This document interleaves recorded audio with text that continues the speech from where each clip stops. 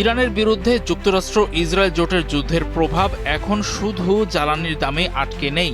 Hormuz প্রণালীর অচলাবস্থা সার উৎপাদন খরচ বাড়িয়ে দিচ্ছে, যা বিশ্বব্যাপী খাদ্যের দাম বাড়াতে জ্বালানি হিসেবে কাজ করছে। খাদ্য নিরাপত্তা এবং সরবরাহ শৃঙ্খলের সংকটের কারণে সাম্প্রতিক সপ্তাহগুলোতে ফিউচার্স মার্কেটে আলুর দাম আকাশ ছুঁয়েছে। এই সবজি এই সংকটের সর্বশেষ শিকার। ট্রেডিং ইকোনমিক্সের তথ্য অনুযায়ী মে মাসের মাঝামাঝি পর্যন্ত আলুর আর্থিক চুক্তি বা ফিউচার কন্ট্রাক্ট গত এক মাসে ৭০০% বেশি এবং বছরের ব্যবধানে ৩৪% বেশি বেড়েছে।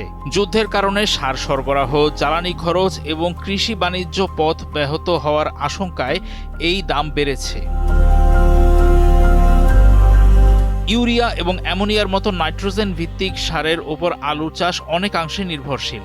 হরমুজ প্রণালী দিয়ে যেমন বিশ্বের প্রায় ২০% অপরিশোধিত তেল রপ্তানি হয়, তেমনি নাইট্রোজেন ভিত্তিক সার পরিবহনের জন্য জলপথটি খুবই গুরুত্বপূর্ণ।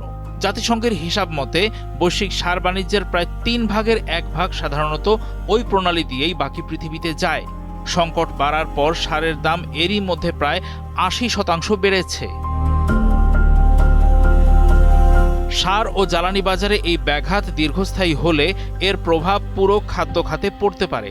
প্রক্রিয়াজাত আলুর পণ্য যেমন ফ্রেঞ্চ ফ্রাই, চিপস এবং হিমায়িত খাবারগুলো শিল্পভিত্তিক চাষাবাদ, উচ্চ জ্বালানি নির্ভর উৎপাদন এবং বৈশ্বিক সরবরাহ শৃঙ্খলের উপর নির্ভরশীল। তাই এগুলো সবচেয়ে বেশি ঝুঁকিতে আছে।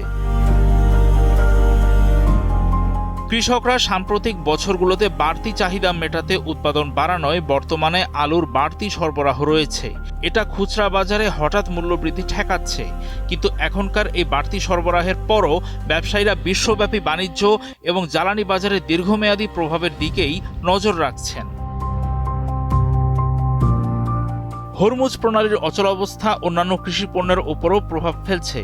জাতিসংঘের খাদ্য ও কৃষি সংস্থা জানিয়েছে, বিশ্বব্যাপী খাদ্যের দাম টানা ৩ মাস ধরে বাড়ছে এবং উদ্ভিজ তেলের দাম ২০২২ সালের পর সর্বোচ্চ পর্যায়ে পৌঁছেছে। জলপথটির অস্থিরতার কারণে পরিবহন ও জ্বালানি খরচ বেড়ে গেছে, ফলে গম, চাল এবং ভুট্টার দামও বেড়েছে। অর্থনীতিবিদরা বলছেন, দীর্ঘস্থায়ী ব্যাঘাতের ফলে রুটি ও দুগ্ধজাত পণ্য থেকে শুরু করে মাংস এবং প্রক্রিয়াজাত খাবারের দাম বাড়তে পারে, বিশেষ করে যেসব অর্থনীতি জ্বালানি সংকটের প্রতি সংবেদনশীল।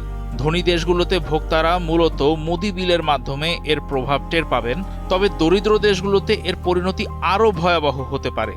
কারণ জ্বালানি ও সারের আকাশচুম্বী দাম চাষাবাদকে ব্যাহত করতে পারে, ফলন কমিয়ে দিতে পারে এবং প্রধান খাদ্যপণ্যগুলোকে সাধারণ মানুষের নাগালের বাইরে নিয়ে যেতে পারে।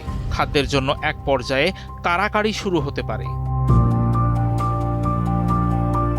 জাতিসংঘ উন্নয়ন কর্মসূচি UNDP-র মতে, মধ্যপ্রাচ্যে এই সংঘাতের ব্যাপক অর্থনৈতিক প্রভাবে বিশ্বের ১৬২টি দেশের প্রায় ৩ কোটি মানুষ দারিদ্র্যের মুখে পড়তে পারে, বিশেষ করে যারা জ্বালানি আমদানির ওপর নির্ভরশীল।